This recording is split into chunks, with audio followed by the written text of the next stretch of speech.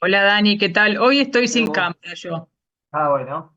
así que estoy en modo alumno, con la cámara apagada, para No que te vas vean a lo dormir, lindo. Diego. Vos tendrías que dar la clase con la cámara apagada para que vean lo lindo que es. No te me vas a dormir, Diego.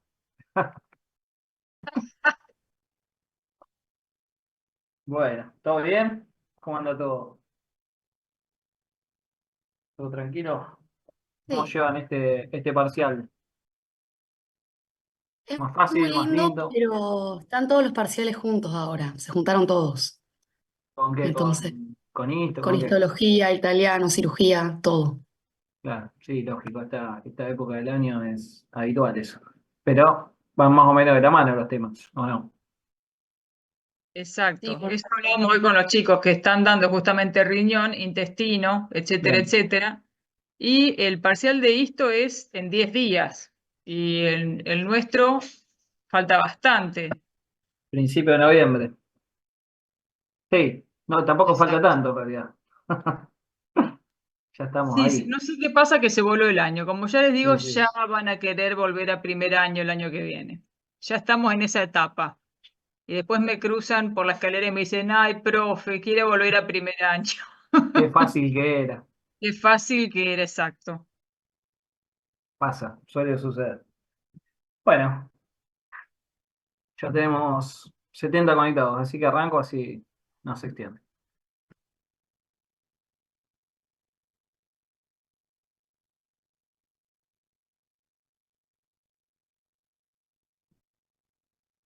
Bueno, chicos, hoy tenemos que empezar con la región abdominal media. Ya vieron toda la parte abdominal superior en lo que es división topográfica y empezaron a ver algo de retroperitoneo con la parte de riñones. Falta ver todo el resto del retroperitoneo que lo van a ver en clases posteriores, como la vía urinaria y todos los otros componentes vasculares que están ahí. Vamos a hablar un poco también de cómo está dividido el peritoneo, por si a alguno no le quedó claro, y los distintos elementos. En la región abdominal media vamos a tener dos componentes principalmente, que son los que vamos a dar hoy, que van a ser intestino delgado y colon. Es decir, continuación del tubo digestivo desde el duodeno, que viene continuando al estómago, previamente al esófago, y previamente faringe y boca, donde va sufriendo todo un proceso el alimento hasta llegar acá para continuar su camino. La región abdominal media es la que está, entonces, por lógica, por abajo del abdomen superior. Y el límite del abdomen superior, si yo saco la pared abdominal anterior, no lo voy a poder ver, porque lo que voy a ver es todo tapado por este telón graso, que ¿qué es? ¿Cómo se llama? El epiplón mayor. Eso es. Bien, el epiplón mayor que está ahí colgando de la curvatura mayor del estómago y que me tapa primero lo que es el colon transverso, que es parte de lo que vamos a ver hoy, y después sigue cayendo para abajo y me tapa toda la cavidad abdominal media. Esto es variable según la anatomía de la persona, puede tapar en parte o inclusive puede llegar más abajo hasta la pelvis.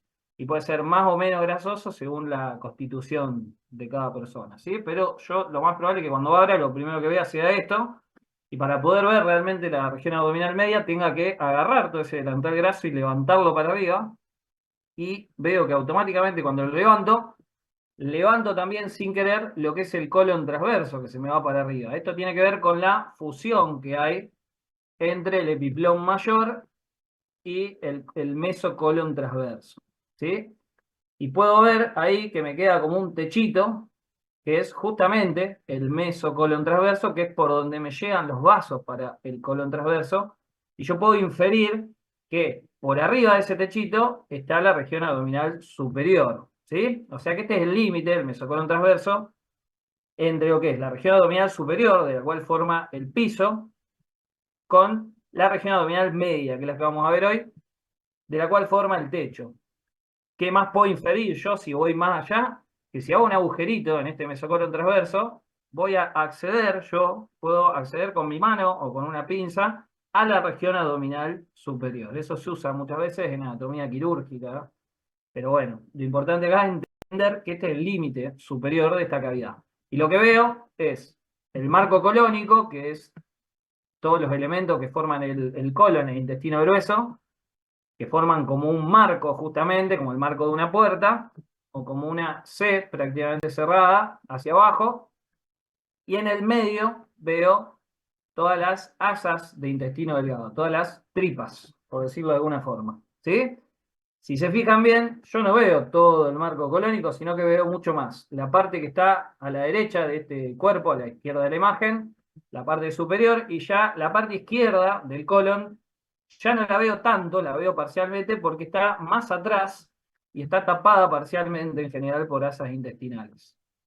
Todas esas asas intestinales están ocupando este espacio libres, colgando de lo que se llama mesenterio, que después lo vamos a ver, y les describen los libros que tienen una disposición más o menos típica, donde las asas superiores están como más horizontales, si se fijan en este dibujo, y las asas inferiores están como más verticales. Esto es ficticio. ¿Por qué? Todas estas asas están en constante movimiento. Lo que tienen que hacer es transportar todo el bolo alimenticio que pasa desde el duodeno, donde a medida que se transporta se van absorbiendo nutrientes, pero también lo va empujando hacia adelante, ¿sí? Esto se llama peristaltismo al intestino. El intestino está constantemente, de manera involuntaria, contrayéndose su músculo y moviendo el bolo alimenticio. Y también eso hace que se mueva. Si yo pusiera una cámara en una persona, puedo ver cómo ese intestino se va movilizando, ¿sí? Va como reptando, como una víbora, más o menos. Y si yo quiero ver, bueno, en lo que es anatomía de superficie, todas las asas intestinales, porque lo que vimos acá es topografía de cavidad, o sea, topografía si yo me meto a la panza, pero si yo veo topografía de superficie y establezco los 9 cuadrantes, voy a ver que el intestino delgado me ocupa prácticamente todos los campos medios, o sea, epigastrio y ambos flancos, pero también me ocupa todos los campos inferiores, hipogastrio y también las fosas ilíacas, o sea que ocupa muchísimo lugar, ¿sí? Ya lo vamos a ver en detalle, tiene una medida muy larga y eso hace que, y al estar colgando, ocupe muchísimo lugar. A la hora de tocar una panza, tocar un abdomen, tengo que considerar la posibilidad que los síntomas que tenga el paciente sean por intestino delgado, porque ocupa prácticamente todos los cuadrantes, excepto los superiores. Y si yo quiero ver realmente cómo está dispuesta la cavidad abdominal media, ya tengo que sacar todo ese intestino, y ahí sí voy a ver bien el marco colónico, como les dije antes, como una C prácticamente cerrada hacia abajo, y en el medio toda la cavidad abdominal media. O sea que el marco colónico es el límite de la cavidad abdominal media, y lo que tengo como contenido es todo el intestino delgado, que si lo saco, lo que voy a solamente ver es la unión de lo que es el yeyuno, que es la primera parte del intestino delgado, con el duodeno, que es la última de lo que vimos hasta acá, y todo esto que es la raíz del mesenterio, que después vamos a ver bien qué es. Y hacia atrás de esto, ¿qué voy a tener? Voy a tener el retroperitoneo. Si yo quisiera ver qué hay atrás de todo esto que estamos viendo acá, ya no voy a estar en la cavidad abdominal media, sino que voy a estar en el retroperitoneo, donde voy a tener pegado a la pared abdominal posterior los grandes vasos, por ejemplo, la arteria aorta que va a bajar por acá, la vena cava que va a subir, a los costados los riñones y bajando también por ahí, por ejemplo, los uréteres, entre otras cosas. Relaciones que son muy importantes. Y si yo miro un corte sagital, voy a ver que el límite superior, ya les dije, es el mesocolon transverso fusionado al epiplón mayor, y el límite inferior puede coincidir con lo que es el colon sigmoides, que es la última parte del intestino grueso, o con una línea que va del promontorio, que es la unión entre quién y quién. ¿Qué es el promontorio? A ver si saben. La Una quinta columna. lumbar y el sacro.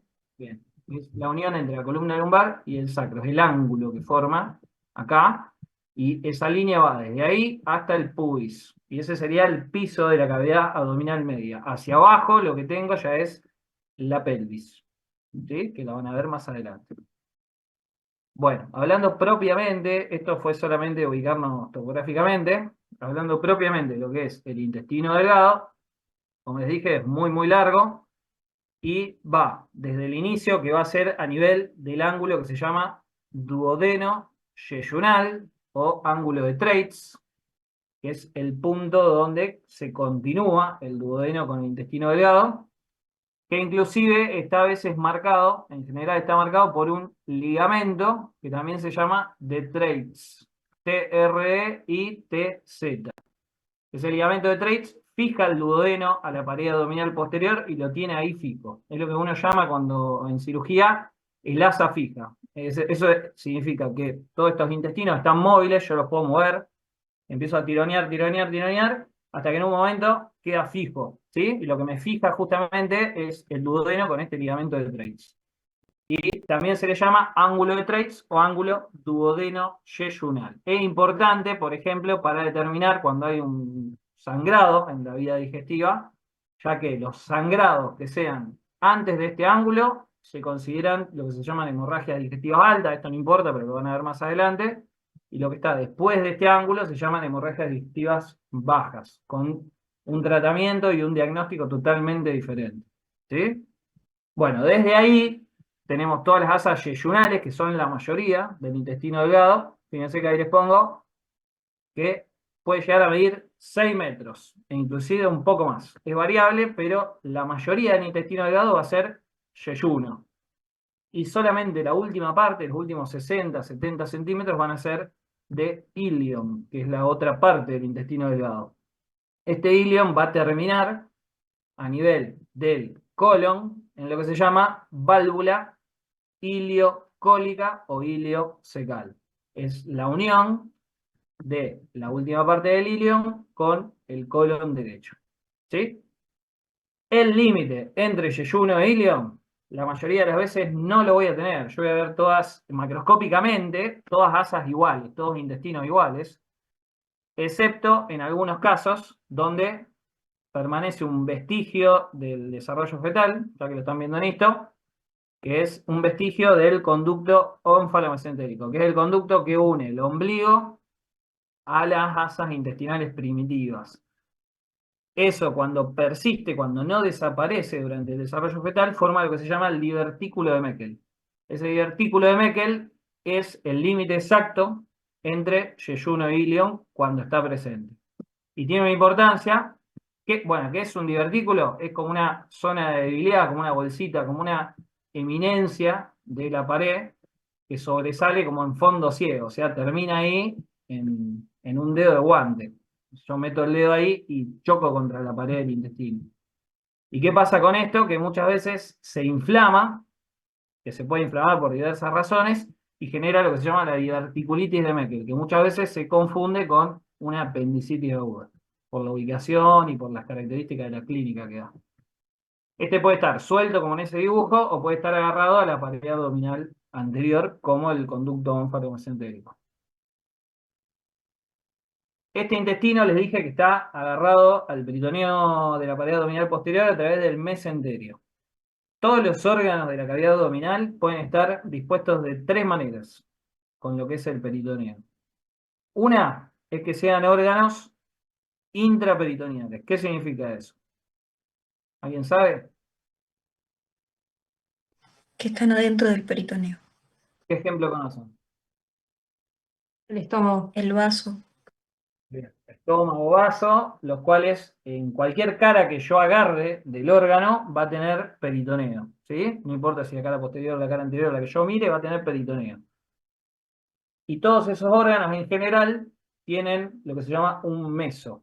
Ese meso es el lugar por el cual llegan las arterias, las venas, los nervios y los linfáticos desde el retroperitoneo hacia el órgano. ¿Bien? Otra forma que pueden estar los órganos en la cavidad abdominal es retroperitoneal. ¿Conocen algún ejemplo? Los Los riñones. Las riñones. riñones. Bien, los riñones. Si yo veo los riñones, en la cara anterior van a tener peritoneo. Ahora en la cara posterior no van a tener peritoneo, van a estar desnudos de peritoneo. ¿Bien? Y eso es siempre así, por eso son retroperitoneales. Y hay una tercera forma, que se llama pseudo-retroperitoneal. ¿Alguien sabe qué es eso? Que iniciaron siendo intraperitoneales y terminaron siendo retroperitoneales, como el Bien, páncreas. ¿algún ejemplo? El páncreas. El páncreas. Bien, no todo el páncreas, pero por ejemplo, la cabeza del páncreas durante el desarrollo fetal, si yo operara a un feto, tiene su cabeza de páncreas, peritoneo en las dos caras, cara derecha y cara izquierda. Cuando rota el páncreas, se adhiere a la pared abdominal posterior y fusiona su peritoneo a la pared abdominal posterior. Eso forma lo que se llama una fascia de coalescencia. ¿Sí? O sea que se fusiona y ya no puedo ver claramente ese peritoneo en la pared posterior. Después vamos a ver que acá hay otros ejemplos de eso. Pero bueno, entonces, y después tenemos los otros desarrollos del peritoneo, como por ejemplo los epiplones. ¿Qué son los epiplones? ¿Alguien sabe? Son el Era pliegue del peritoneo que une órgano con órgano. Bien, bien. La diferencia entre meso y epiplón es que el epiplón va de órgano a órgano. El meso va de la pared abdominal posterior al órgano. ¿Sí? Un ejemplo de meso es el mesenterio, que es el meso del intestino delgado.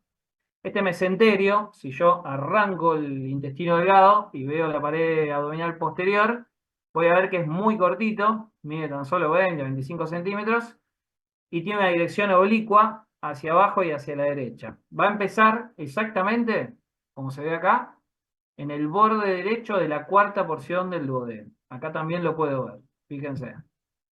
Esta es la segunda porción, tercera, cuarta. En el borde derecho de esa cuarta porción tengo el inicio de la raíz del mesenterio, que se llama. Desde ahí se va para abajo y para la derecha, pasa por delante de lo que es el gancho del páncreas, pasa por delante de lo que es la tercera porción del duodeno y se va derechito para abajo de la derecha hasta la válvula iliocecal. Por ahí, si ven, entra una arteria, entra una vena, acá otra vena, otra arteria. Estos son, por ejemplo, los vasos mesentéricos superiores y estos son los vasos mesentéricos inferiores, que van a ir hacia los distintos órganos de este meso para llevarle nutrientes y para cumplir todas las funciones. Este meso va va a delimitar dos zonas en la cavidad abdominal media que se van a llamar campos mesentérico-cólicos, o sea, entre la raíz del mesenterio y el marco colónico. Uno a la derecha de la raíz del mesenterio y otro a la izquierda. Dos zonas triangulares que se llaman así.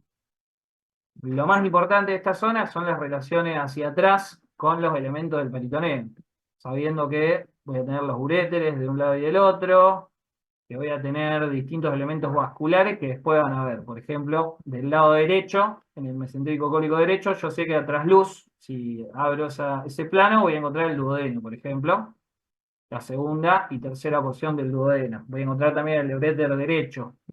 Voy a encontrar también la vena cava.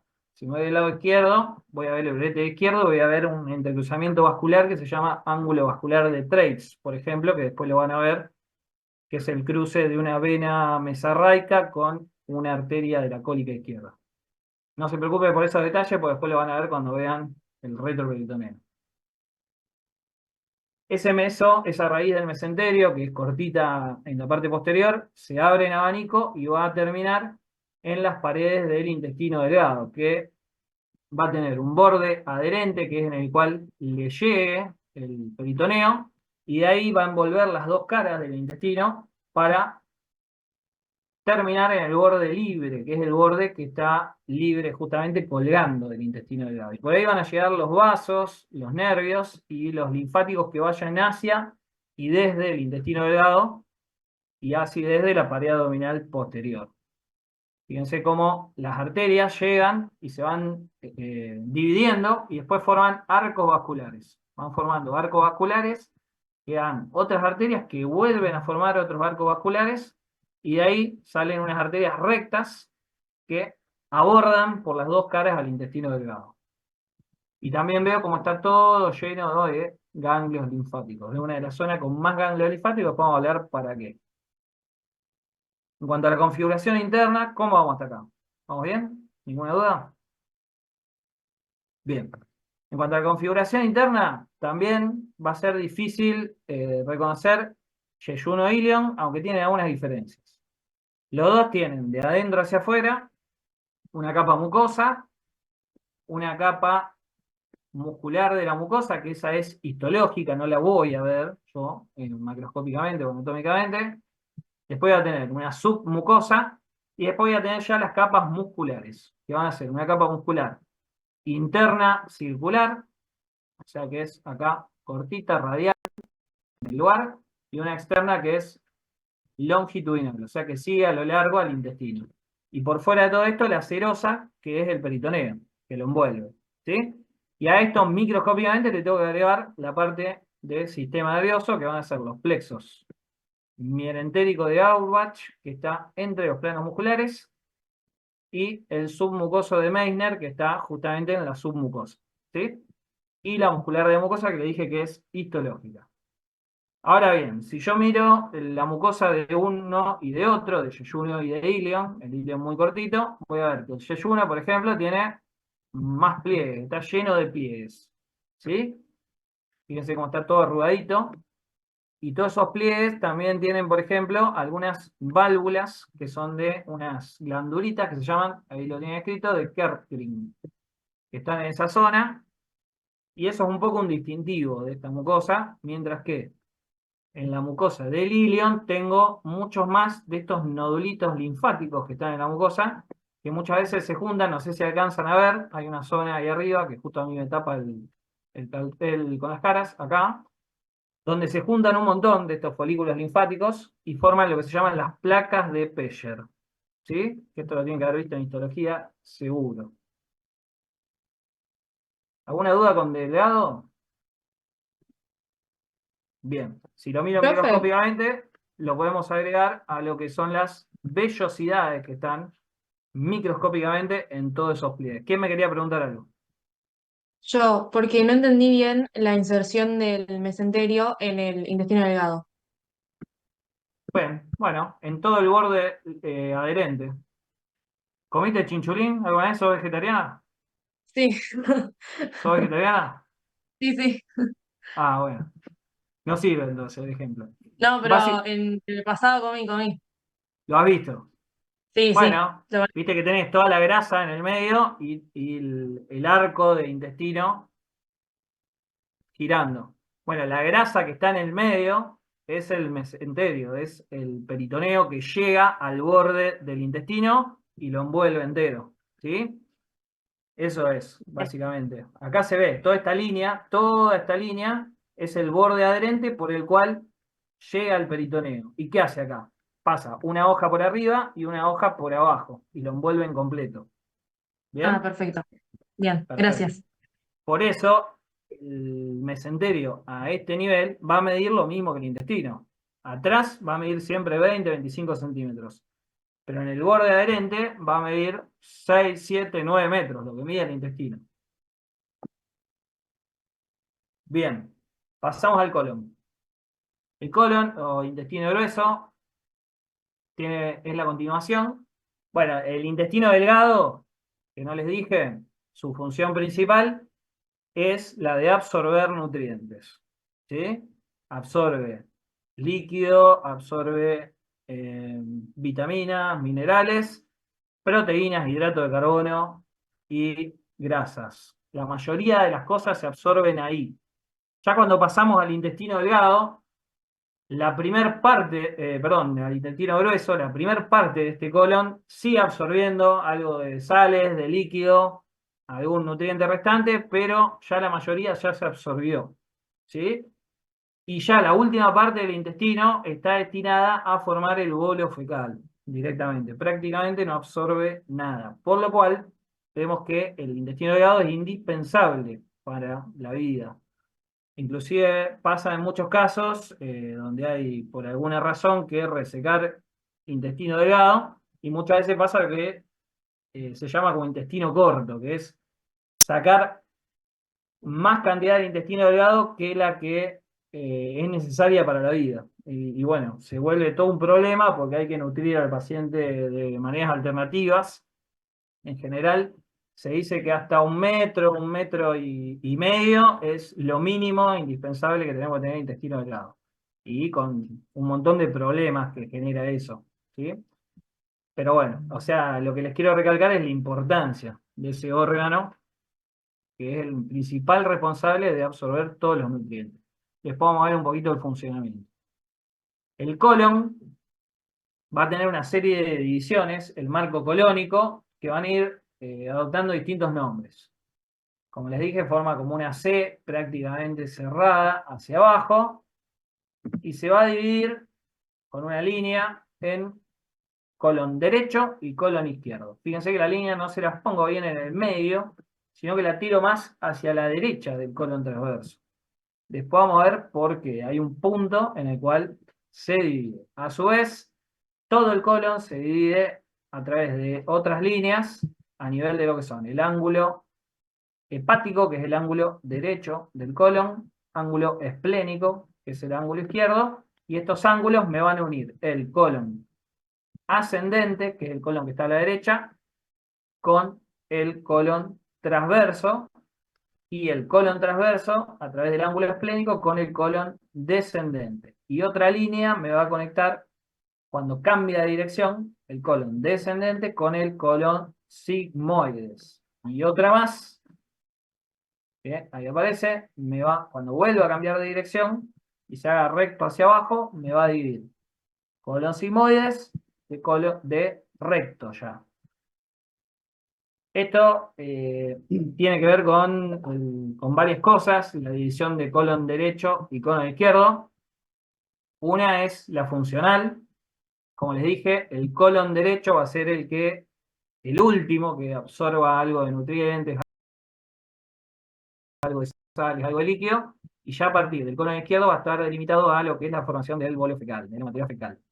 Otra tiene que ver con el desarrollo embriológico, donde teníamos unas asas intestinales primitivas y el asa superior va a dar origen tanto al intestino delgado como al colon derecho, y también esto se va a reflejar en que tienen la misma irrigación a través de una arteria que se llama mesentérica superior, y el colon izquierdo, hasta lo que es el sigmoides inclusive, va a venir de una asa intestinal media, y ya el recto va a venir de otra, que es el asa intestinal inferior. En alguna bibliografía lo pueden encontrar con otro nombre, pero bueno, un poco la idea está en que la división en colon derecho y colon izquierdo viene desde el desarrollo fetal. Y esto también lo que les decía, que como también viene de un desarrollo fetal diferente, va a tener una irrigación diferente, donde tengo una arteria que es la mesentérica superior para todo el intestino delgado y colon derecho, otra arteria que es la mesentérica inferior para todo el colon izquierdo, y ya el recto va a recibir irrigación compartida de lo que es mesentérica inferior, arteria hipogástrica y otra arteria que se llama pudenda interna. Cosas que van a ver después, que yo se las voy nombrando. ¿Sí? Profe, una Sí, pregunta. ¿El ciego forma parte del colon ascendente o es sí, aparte? forma parte. Forma parte, ahora lo vamos a hablar un poquito. Gracias. De nada. En cuanto a la configuración interna del colon en general, lo que vamos a ver es similar al intestino delgado con algunas diferencias. Vamos a tener mucosa, igual que el intestino delgado, pero acá en vez de tener un montón de vellosidades y pliegues, vamos a tener una mucosa más lisa y con unos pliegues más escasos y más marcados, como se ve en la foto de acá arriba. Esto lo puedo ver haciendo una colonoscopía, que es un estudio con una camarita, siempre y cuando haga una preparación del colon. Si no, yo esto lo que vería sería básicamente nada, todo lleno de materia fecal, vería. O sea que esta foto está sacada en un paciente que ha tomado litros y litros de laxante, y después le han hecho la colonoscopía para poder ver la mucosa. O sea, ahí bien brillosa, bien tensa, ¿sí? Y con unos pliegues bien marcados.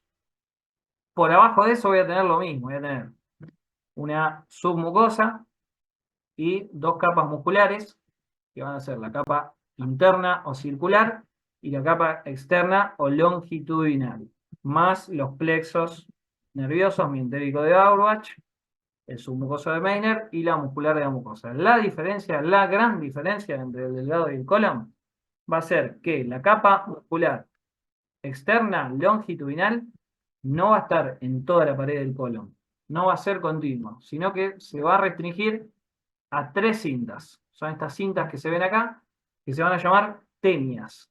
O sea que lo que yo veo es una capa longitudinal de músculo que es escasa, que no me tapa toda la pared del colon, y en el medio, entre tenia y tenia, veo la capa muscular circular, la capa más profunda de músculo, o sea, esta, ¿sí? Y además, esta capa muscular circular va a tener unos pliegues que van a dividir esta capa en austras. Todas estas pelotitas que se ven, acá se ven mejor, 1, 2, 3, todas estas pelotitas son músculo liso circular y se llaman austras. Y en el medio, dividiendo las austras, voy a tener estas cintas de músculo longitudinal que se llaman tenias. Estas tenias van a ser 3, básicamente, y van a empezar en la primera parte, que es el ciego, que ahora lo vamos a hablar un poquito. Desde la punta del ciego vamos a tener una anterior y 2 posteriores. Cuando lean el libro van a ver que les describe que la tenia anterior sube por todo el colon ascendente y que en el colon transverso pasa a ser inferior, ¿sí? Esto tiene que ver con que el colon transverso está como colgando acá, ¿no? ¿Ven cómo está como medio colgando, cayendo para abajo? Entonces, esta línea que es anterior acá, al caerse hacia adelante, me queda para abajo, básicamente, ¿sí? Pero esto es móvil. Yo lo puedo agarrar, lo puedo mover y la puedo dejar mirando hacia adelante o mirando hacia abajo si la dejo colgando. Pero bueno, la descripción clásica me dice que la tenia anterior pasa a ser inferior y que las 2 tenias posteriores pasan a ser superiores, porque acá dobla. A nivel del colon descendente, vuelve a estar como estaba en el colon ascendente. La que estaba inferior vuelve a ser anterior y las 2 que están arriba vuelven a ubicarse hacia atrás. Y ya en el colon sigmoides, en general, quedan 2 tenias solamente. Pero lo importante es entender qué son las tenias y qué son las austras, porque esto va a ser importante, por ejemplo, a la hora de ver una radiografía de abdomen, donde yo, sabiendo esto, voy a poder diferenciar cuál es el intestino delgado y cuál es el colon en una radiografía. ¿Sí? Después buscamos algunas, si quieren, y lo vemos. Bien. Eso en cuanto a la configuración interna, y ahora sí vamos a hablar parte por parte. La primera parte, que se llama ciego, va a ser básicamente parte del colon ascendente, el colon derecho. ¿Qué va a ser el ciego? Justamente como la palabra lo dice, es un fondo de saco ciego, y va a ser todo lo que esté por debajo de la válvula iliocecal, o sea, del punto en el cual el ilion entra al colon. Por debajo de eso, todo esto se llama ciego. Ahí en el ciego voy a ver 2 cosas. Voy a ver a la válvula iliocecal, que es una prominencia en la mucosa, con un agujerito ahí, que se abre y se cierra se abre para permitir el paso del líquido intestinal hacia el colon, y se cierra ¿para qué? ¿Qué les parece? Para que no vuelvan. Para que no vuelva. Así de fácil, ¿bien?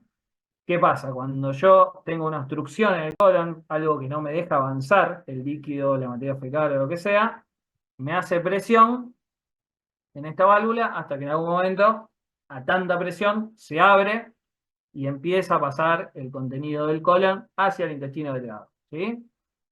Pero bueno, cierta presión la resiste. Y lo otro que voy a tener acá en el ciego va a ser el orificio hacia abajo de este elemento que es muy importante, aunque no sirve para nada, que es el apéndice cecal. El apéndice cecal es como un gusanito, como una cosa finita que cuelga del ciego, que termina en fondo ciego, o sea, no, tiene un fondo, no se continúa con otro órgano hueco, y que básicamente no se sabe para qué sirve, ¿sí? Se cree que tiene alguna función linfática, pero la realidad es que para lo único que sirve es para darnos trabajos a los cirujanos, porque muchas veces se inflama y genera lo que se llama una apendicitis. Alguno seguramente en el curso ha tenido apendicitis y está operado, y esto tiene que ver con que muchas veces algún pedacito de materia fecal se impacta acá, en la base, y hace que la irrigación, que la sangre que le llegue al apéndice no sea buena. Esto se inflama y se termina necrosando, se termina infartando, ¿sí? Y genera toda una infección porque me comunica el intestino a la cavidad abdominal. Entonces es importante conocerlo, a este órgano, que además es muy variable. En general está ubicado tanto el ciego como el apéndice en la fosa ilíaca derecha. Ahí en el cuadrante inferior y derecho. Eso tiene que ver también con los síntomas que da. En general te da dolor en esa zona. Ahora bien, eso es inexacto porque es variable. Muchas veces el ciego y el apéndice pueden estar más arriba, en el flanco derecho. En algunos casos más raros puede estar ya en el hipocondrio derecho. Y el apéndice puede estar colgando así para abajo o puede estar para arriba, para atrás del colon, para adentro, hacia la pelvis. Y según para dónde esté, cuando se inflame va a generar síntomas distintos, o sea, va a generar dolor en otro lugar. Si yo tengo el apéndice acá arriba en el hipocondrio derecho, no me va a dar dolor en fosa ilíaca derecha, me va a dar dolor en el hipocondrio derecho. Entonces es una cosa a tener en cuenta para darse cuenta, por ejemplo, que un paciente que no tiene un cuadro típico puede tener una apendicitis, ¿sí? Otro ejemplo es en las embarazadas, donde el útero con el bebé se infla, se infla, se infla y me empuja todos los órganos para arriba. Entonces el ciego que estaba acá abajo en fosa ilíaca derecha me termina acá arriba en hipocondrio derecho. Es un ejemplo como para entender un poco. ¿Bien? Bueno, esos son distintos grados de apendicitis, que es cuando se inflama, y la tenemos que sacar. Lo más importante del colon es la relación que tiene con el peritoneo, que va variando según el pedazo que yo vea. ¿Bien? La primera porción, que es el ciego y el apéndice, es intraperitoneal. ¿Sí? O sea que está móvil en un meso y tiene peritoneo en sus dos caras. Eso es lo más habitual. A través de ese meso le va a llegar la última rama de la arteria mesentérica superior que se llama, después la van a ver, ilio biseco apendículo cólica. ¿Sí? Que termina dando una rama para el apéndice, que es esta que se va por acá, por este espacio, que se llama el trao B, que cuando yo quiero sacar el apéndice la tengo que cerrar, la tengo que ligar, le tengo que hacer un nudito para que no me sangre cuando corto. ¿Bien? Si me voy más arriba, ya el colon ascendente, y va a ser similar al colon descendente, estos van a ser órganos pseudo-retroperitoneales. Bien, repitamos qué significa eso entonces. Que son pseudo-retroperitoneales. ¿Quién me lo dice? Que su origen era intra y después em, es pseudo, va a estar Bien. unido por una fase de coalescencia. Bien, esto significa que el colon ascendente y el colon descendente están bien pegados a la pared abdominal posterior, ¿sí? Van a tener peritoneo en su cara anterior, en sus caras laterales, pero en la cara posterior van a formar lo que se llama una fascia de coalescencia.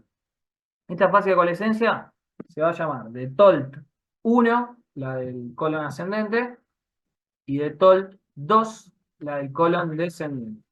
¿Bien? Y por toda esa fascia de TOLT van a llegar las arterias, las venas, los nervios y los linfáticos para estas partes del intestino grueso. Esta fascia de TOLT me va a relacionar hacia atrás, por ejemplo, con la parte inferior, con los polos inferiores de los riñones, por ejemplo. Ya lo que es el colon transverso va a tener una relación variable.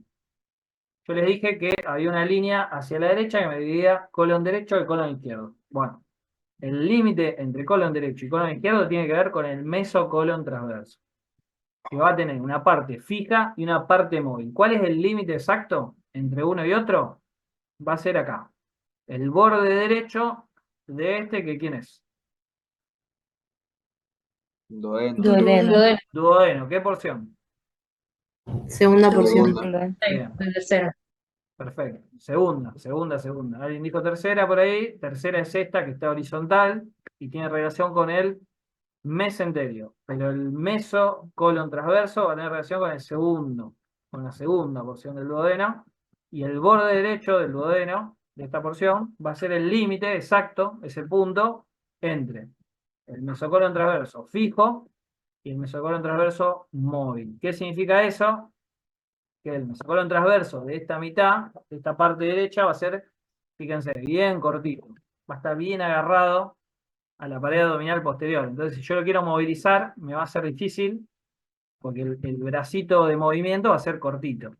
Ya, del borde derecho al duodeno hacia la izquierda va a ser más largo, y yo lo voy a poder levantar como en esta foto. Fíjense cómo lo levanta, y puede ver, por ejemplo, a través de la pared peritoneal posterior, el resto del duodeno. Tercera porción, cuarta porción y ángulo de Trace.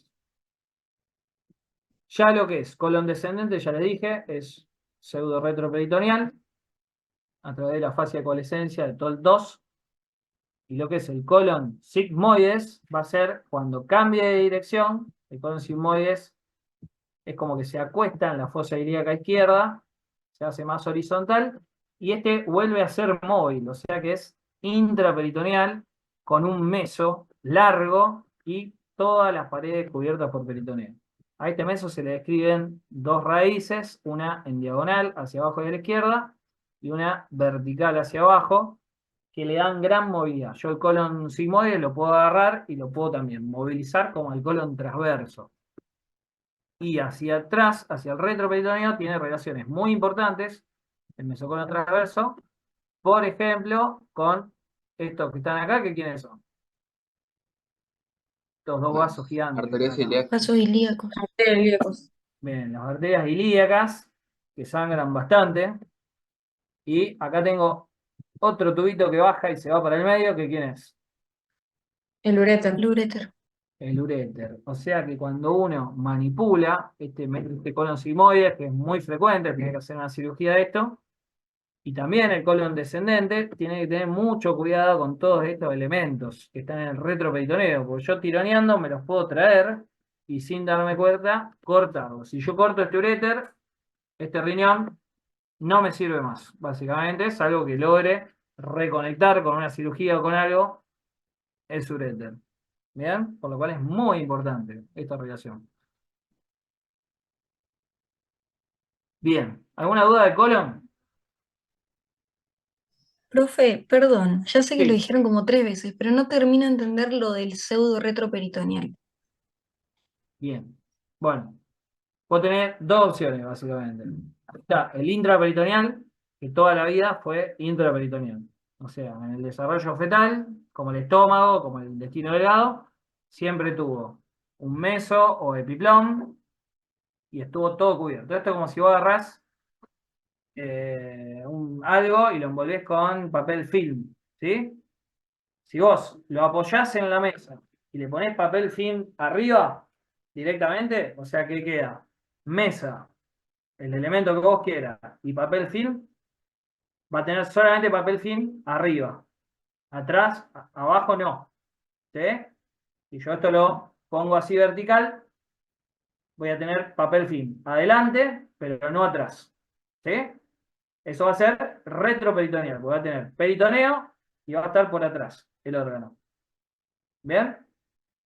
Después Sí. tenés, si vos agarrás con el papel film y lo envolvés en las dos caras. ¿Bien? Supongamos que este es el estómago, el mate. Lo envolvés en las dos caras y lo tenés agarrado desde atrás por un meso, como el intestino delgado, por ejemplo. ¿Sí? O sea que yo lo muevo, lo puedo mover y en todas sus caras va a tener peritoneo. Ese es el intraperitoneal.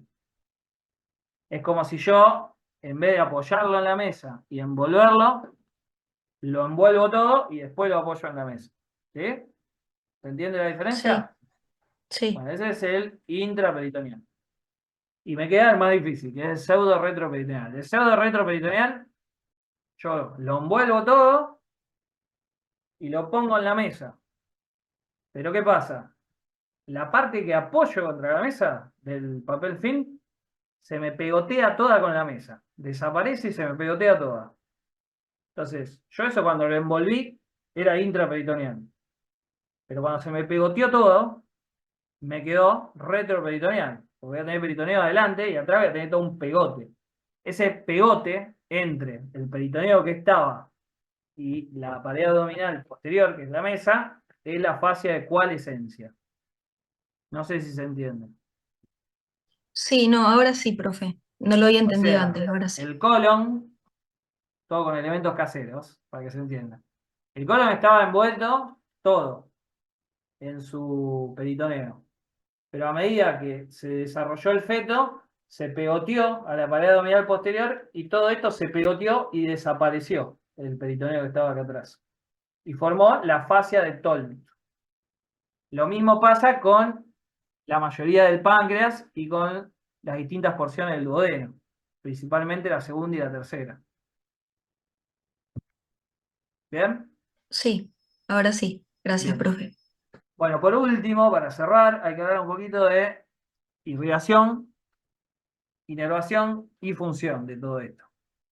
Bueno, como les dije, la irrigación es la que le va a llevar sangre oxigenada a todos estos órganos y tejidos para que sus células funcionen. Y no le va a llevar solo oxígeno, sino que le va a llevar los nutrientes que usa cada célula. Proteínas, hidrato de carbono, grasas, minerales, etcétera, que van a llegar a través de ramas de la arteria aorta.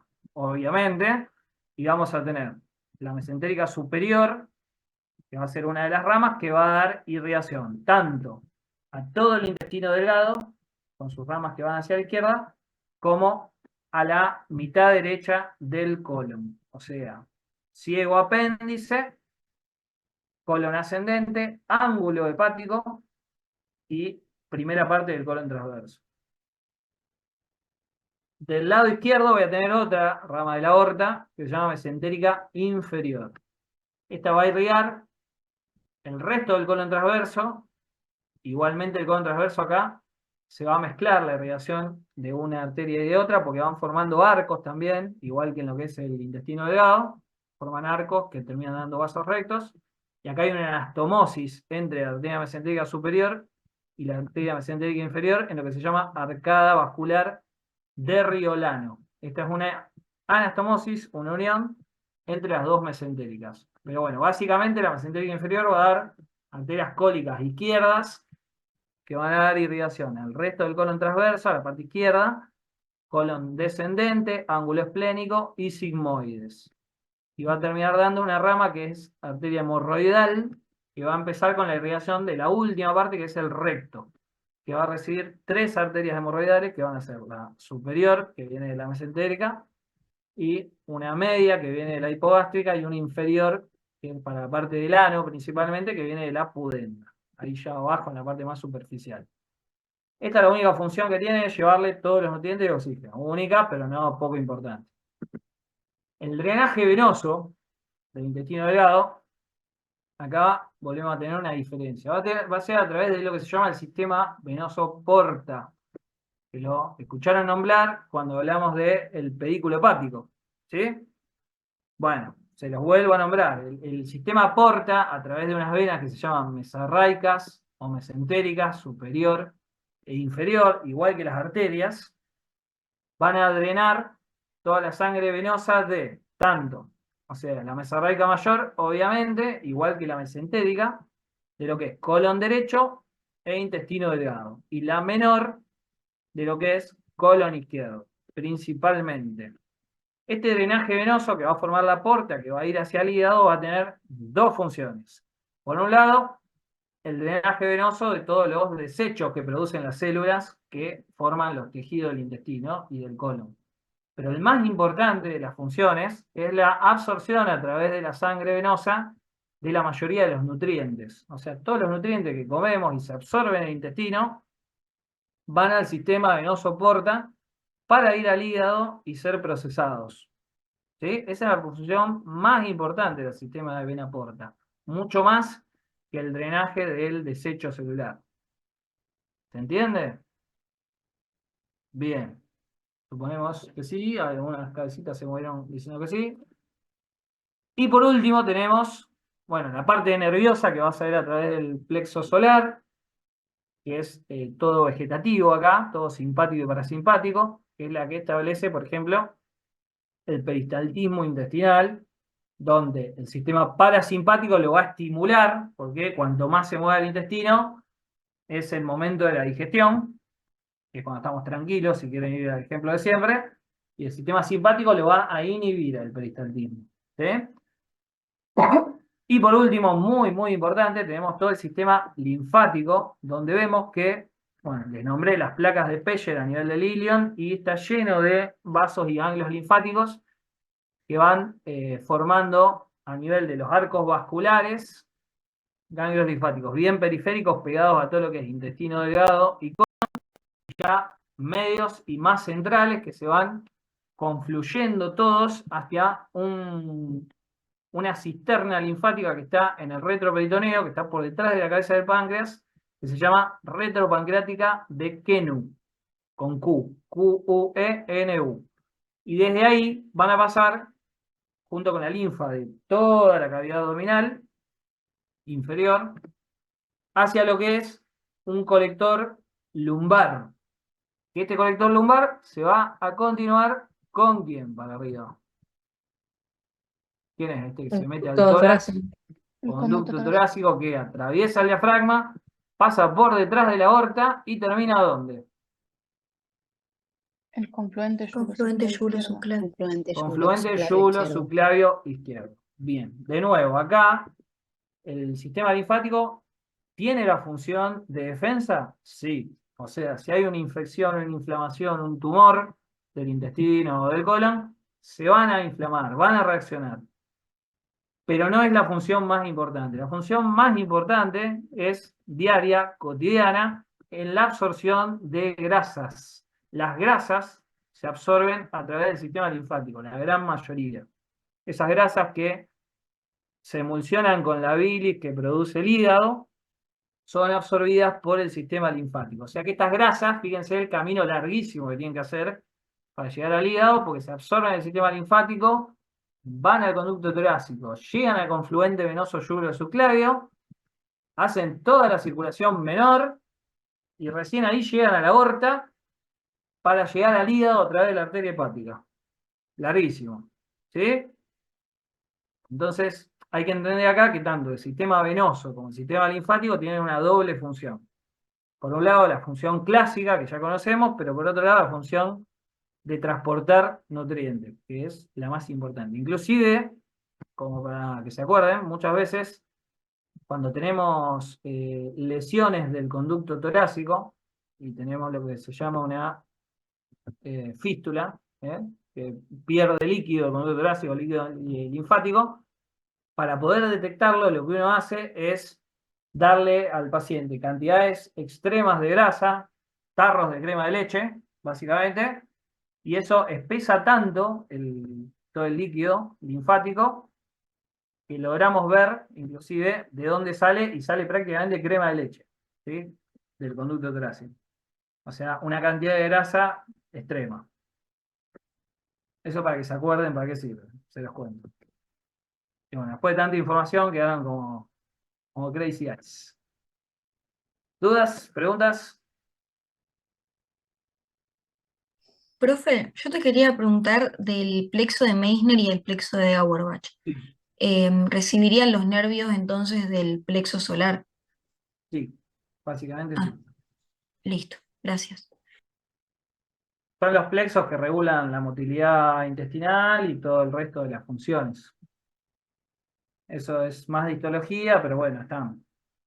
Hay algunas enfermedades de los chicos que son por falta del plexo de Auerbach. Hay una enfermedad que se llama enfermedad de Hirschsprung, por ejemplo, que como no está el plexo de Auerbach en el recto, los nenitos no pueden ir de cuerpo, no hacen fuerza con el recto, y bueno, requieren una cirugía para sacarle esa parte. O sea, que tiene que ver con toda la función muscular, sobre todo el plexo de Auerbach, no tanto el otro que está más submucoso. Bien, ¿alguna otra duda, pregunta? ¿Mucha información? Dejo de compartir. Débora se durmió. Bien, la logré. No me dormí. Sono io, sono qui, digo, estaba subiendo el práctico del miércoles. Ah, muy bien. Ajá. Me robaste mi trabajo. Sí. Sí, estaba haciendo eso. Menos mal. Te agradezco. No. Profe, te quería hacer una consulta del sistema porta más que nada. O Sí, sea, todo el intestino grueso como delgado básicamente absorbería los nutrientes, se iría por el sistema porta y ahí es como llega al hilo hepático y bueno, sucede toda la la no magia. síntesis de digestión, claro. Sí, O sea, básicamente sería sí. eso. Sí, igual, acordate que el que más absorbe nutrientes es el intestino delgado, ya el colon derecho no tanto y el colon izquierdo prácticamente nada. Pero sí, viaja por el Gracias. sistema porta.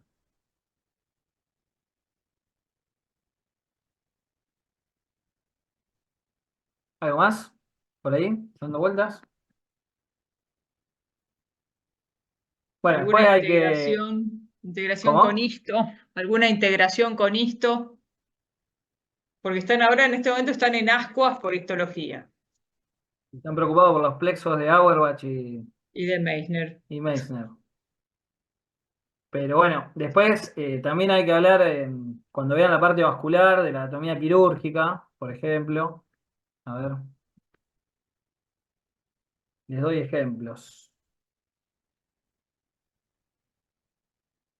Toda la relación del intestino grueso con el retroperitoneo tiene importancia quirúrgica. Por ejemplo, si yo quisiera acceder al duodeno y a la cabeza del páncreas, que están retroperitoneales, que están escondidos, yo tendría que sí o sí primero despegar este colon de la fascia de TOLT 1 y levantarlo como para adentro, y ahí voy a ver riñón, por ejemplo, si quiero ver el riñón, y si sigo despegando este mesocolon, voy a ver después el duodeno, ¿sí? Después, lo que les dije antes de la relación del mesocolon transverso con el hemiabdomen superior. Si yo abro el mesocolon transverso, que lo veo acá, ¿a dónde me voy a meter? Sé que al hemiabdomen superior, pero ¿a dónde puedo acceder? Por ejemplo, ¿qué espacio está en el hemiabdomen superior? Al duodeno y al estómago. ¿A qué cara del estómago voy a acceder? ¿Qué les parece? A la transcavidad de los epiplones.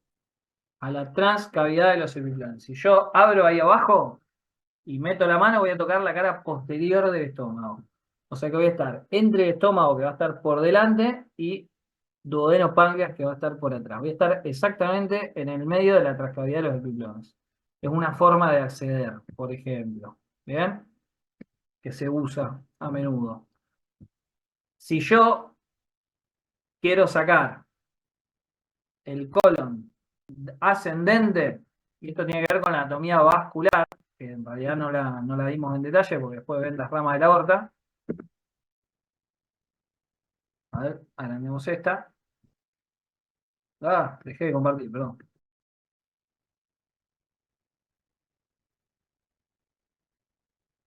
A ver,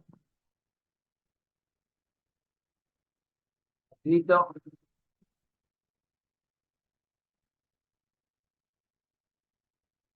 Bueno, la arteria mesentérica superior baja por el meso y da ramas hacia la izquierda para el intestino delgado y ramas hacia la derecha, que son las cólicas, que forman arcos también. Y la última rama de la mesentérica superior, como les dije, se llama ilio biseco apendículo cólica. ¿Qué les suena todo eso? Ilio,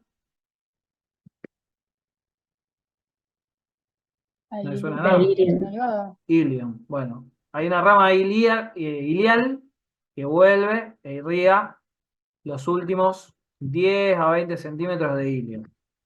Después, biseco. ¿Qué significa? El Dos, apéndice secal. dos para el ciego. Para el ciego. Apendículo es la que da para el apéndice. Y cólica, la que se va para arriba, la cólica inferior. Esto lo van a ver después, igual tengo entendido, cuando ven todos los vasos. Pero bueno, si yo saco el colon derecho, o sea, saco el colon ascendente, yo cierro esta arteria mesentérica superior. ¿Y qué implica? Que además de sacar el colon ascendente, ¿qué más voy a sacar? ¿El ciego lo tengo que sacar o no? Sí. Sí, ¿por qué? Porque si yo cierro la arteria mesentérica superior a este nivel, cierro las dos ramas para el ciego. ¿Y el apéndice? También. También. También, porque cierro la rama que va al apéndice. ¿Y qué más tengo que sacar?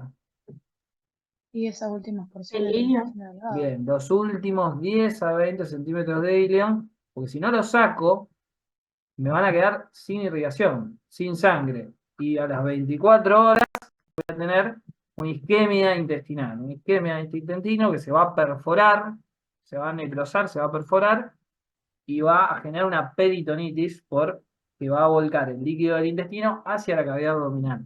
¿Sí? Bueno, eso hay que saberlo a la hora de hacer una cirugía en base a conocimientos anatómicos. Repito que lo que dijo Dani es ligar a ese nivel. No se liga la arteria mesentérica allá arriba, ¿eh? Por Claro. favor, ¿qué pasa si se liga la mesentérica allá arriba donde cruza el duodeno? Y se pierde la irrigación en todo el intestino delgado. Claro, Todo te eso. queda sin delgado. Sin delgado. Ahora hay trasplante, pero igualmente el éxito del trasplante de delgado es bastante bajo, pero ¿puede vivir un paciente sin delgado? No, No. no. No, Bien. Puede un poco, digamos, o sea, se puede alimentar por vena, hacer alimentación parenteral, directamente meter todo ya procesado por vena, pero no son pacientes que anden bien, generalmente terminan infectados porque la inmunidad cae mucho y terminan infectados generalmente por un hongo. Hacen una micosis sistémica por su baja inmunidad. Entonces es muy difícil de mantener a un paciente alimentándose exclusivamente por vena. El delgado es fundamental. Por eso cuidamos la mesentérica superior, pero no saben cómo. Tal cual. Bueno, y la alimentación esa por vena se hace en las vías centrales, que ustedes ya conocen, yugular interna, subclavia, y es por ahí por donde se mete el hongo que dice Debo. O sea que es toda integración a partir de acá. Profe, Sí, una pregunta que capaz es media tonta, pero bueno. no, Em, ¿Esta configuración de las asas tiene algún sentido o alguna disposición en especial? Porque, por ejemplo, cuando no sabíamos lo del cerebro, yo al menos pensaba que era algo aleatorio, todas las circunvoluciones y eso, ajá. y esto también parecería ser así, desordenado. Estas asas de intestino son muy móviles, porque fíjate que tienen desde la pared abdominal posterior hasta el intestino unos 15, 20 centímetros de meso, que el meso es totalmente móvil. La anatomía clásica te describe una disposición en horizontal de las asas más superiores y vertical de las asas más inferiores, pero la realidad es que cuando vos entras a una panza, lo que ves es todo un ovillo desordenado de asas que están para todos lados. Si vemos esa panza sin relajación muscular, inclusive tienen el peristaltismo, se mueven, ¿sí? Con la relajación muscular que le hace el anestesista, están quietitas, pero están desordenadas. No hay una disposición para describir en detalle. Sí que está toda enmarcada en lo que es el marco colónico en la cavidad abdominal media. Casi toda, porque hay asas que caen a la pelvis, que extravasan su límite y pasan por debajo de lo que es el colon transverso. Pues son muy móviles. Bien, Es gracias. posicional. En cirugía de todos los órganos de la pelvis o del apéndice, muchas veces se pide que el enfermero o la enfermera anestesista tuerza la camilla y ponga los pies para arriba y la cabeza para abajo para que todo el intestino, que es bien móvil, se vaya para arriba y nos despeje el área que queremos operar. Porque si yo lo pongo pies para abajo, todo el intestino cae a esa zona y me tapa todo y no veo nada. Es totalmente móvil.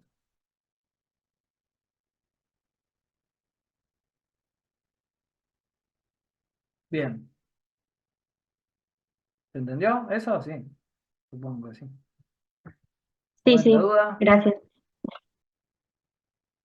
Bueno.